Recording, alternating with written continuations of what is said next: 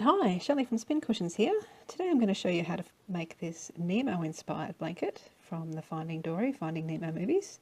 Perfect for beginners. It's really only very simple rows. This is probably the trickiest little bit here, but it's just the same stitches as this, worked a slightly different way, so I'm sure you can do it if you give it a try. So let's get started. Everything you need is on the website, spincushions.com. So you need all the yarns and everything.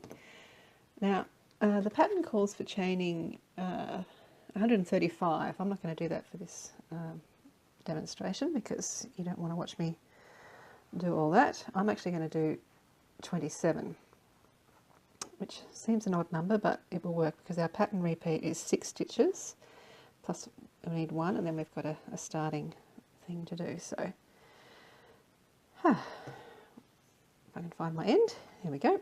Okay, so I'm going to start with a slip knot. So I wrap the yarn around my fingers with a cross, put my thumb on the cross, poke my hook underneath that loop, bring that loop to the front, then I just take my fingers out and pull both those ends and I have a slip knot. Okay, so I need to chain 27. Chaining is as simple as putting the yarn over and pulling it through that loop. You don't want to pull it tight because we'll be working into that chain and it'll make it tricky if you pull it tight. So that's 1, 2, 3, 4, 5, 6, 7,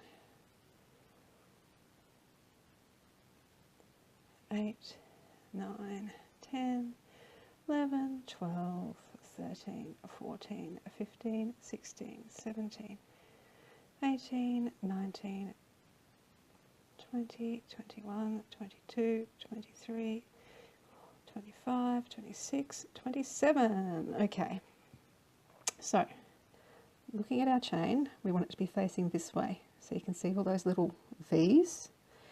We don't want it facing this way where you can see all those little bumps. All right.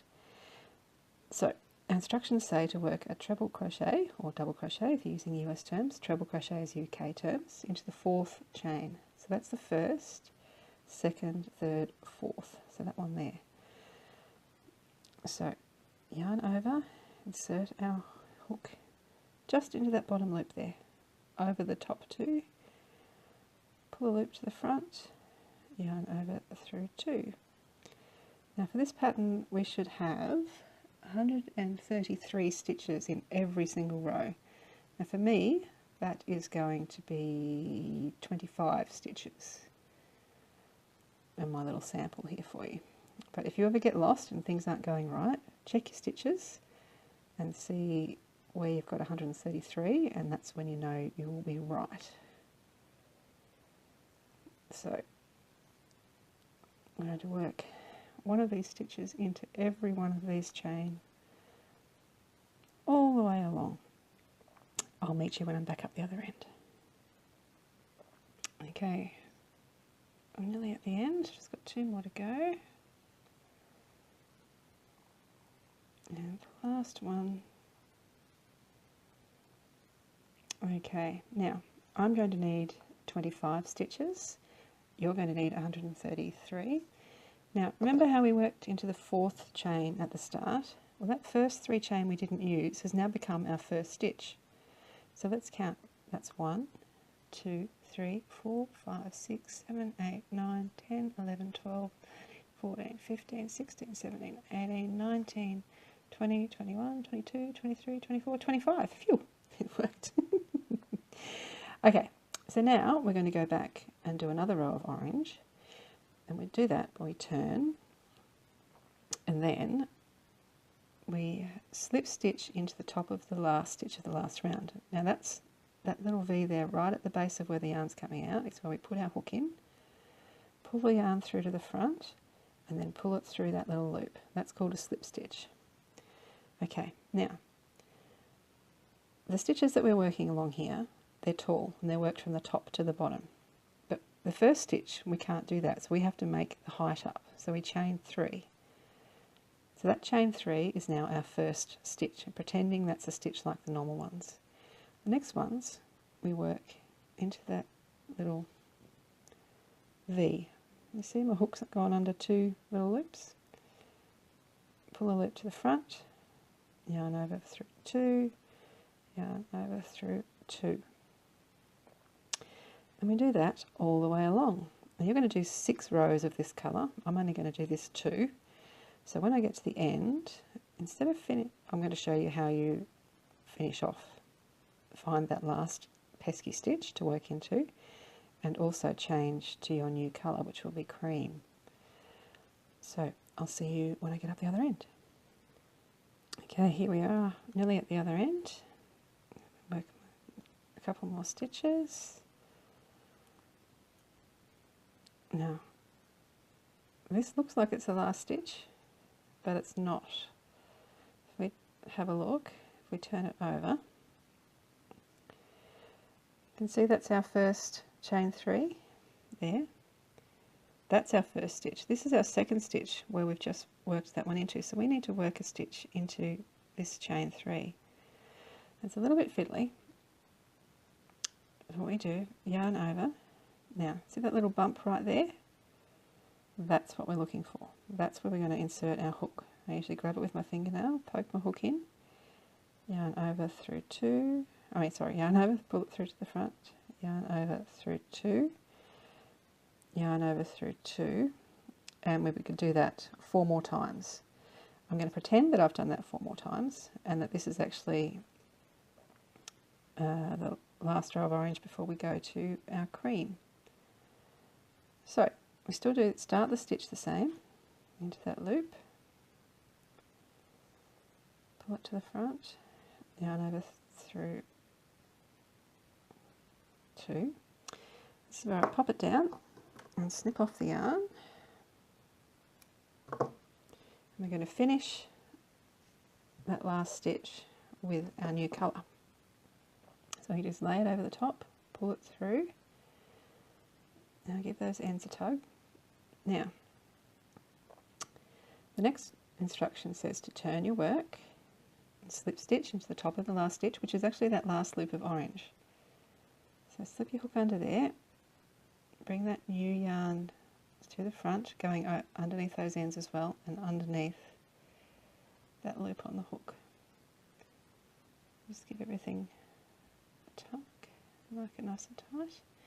Now, instructions say to chain 3. It's our starting chain. 1, 2, 3.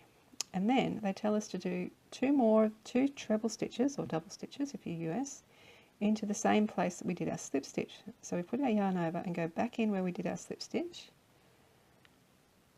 do a stitch, and again.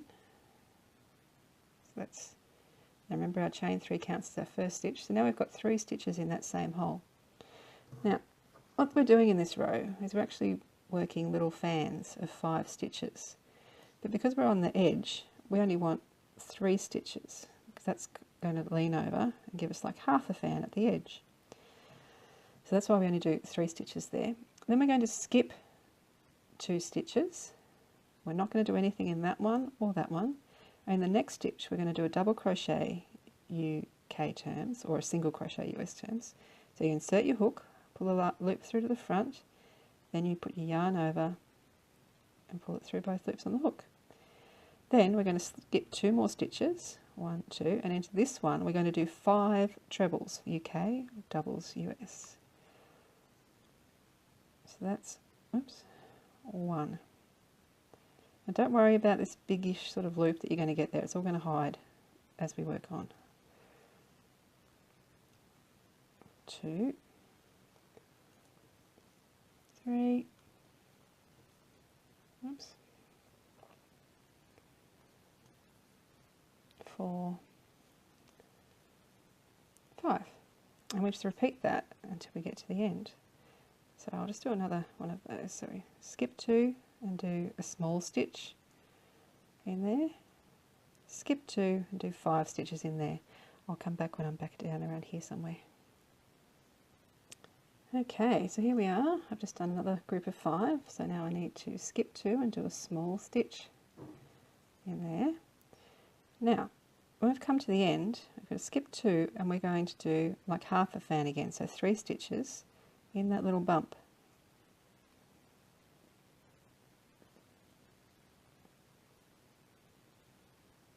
1, 2,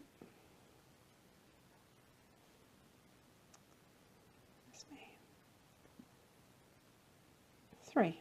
Don't be alarmed by that big loop coming up, it'll all even out in the end. Okay, now we're going to chain 1, turn. Now that chain 1 doesn't count as anything. It's just because we're going to be doing a short stitch first. That chain just puts us in the right position to be able to do that. So we're going to do a stitch in here, just a short stitch. Then we're going to skip 2 stitches, 1, 2, and we're going to do 5 stitches in here. So we're basically doing the reverse of what we did before. So we're going to be doing a single stitch in the top of the 5, and we're going to do 5 stitches in that little stitch that we did before. So skip 2, 1, 2 in here, between those little legs. 1,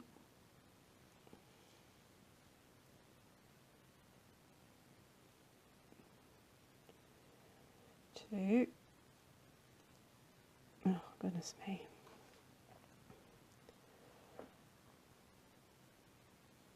3, 4,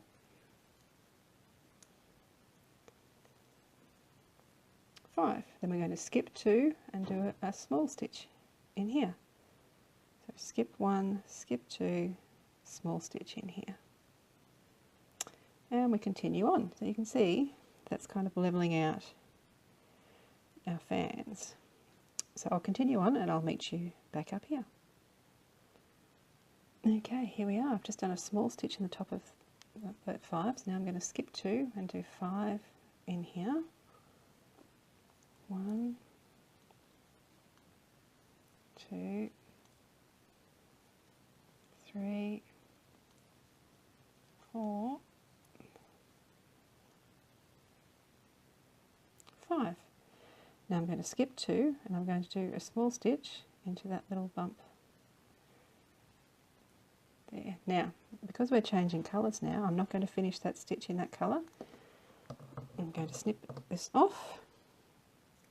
I'm going to get my, well, I've used navy blue, you could use black or navy blue. And finish off the stitch with that new colour. Then we're going to, I can find the right bit, chain 1. That's our turning chain, that doesn't count as a stitch. Turn everything around and we're going to crochet over those ends. So we poke our hook under that last V of white and we're doing the short stitch, double crochet UK, single crochet US. And we're going to do one of those in every stitch along. So the trick is to count by 6. So that's the first stitch, 1, 2, 3, 4, 5, 6. And the next one should be in that small stitch, which it is. You can start counting again. 1, 2, 3. I'll stop going over those ends. You would keep going. Oops.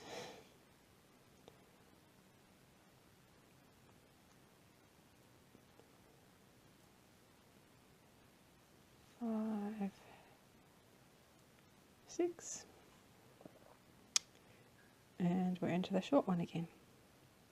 1, 2, 3, 4, 5, 6, 1,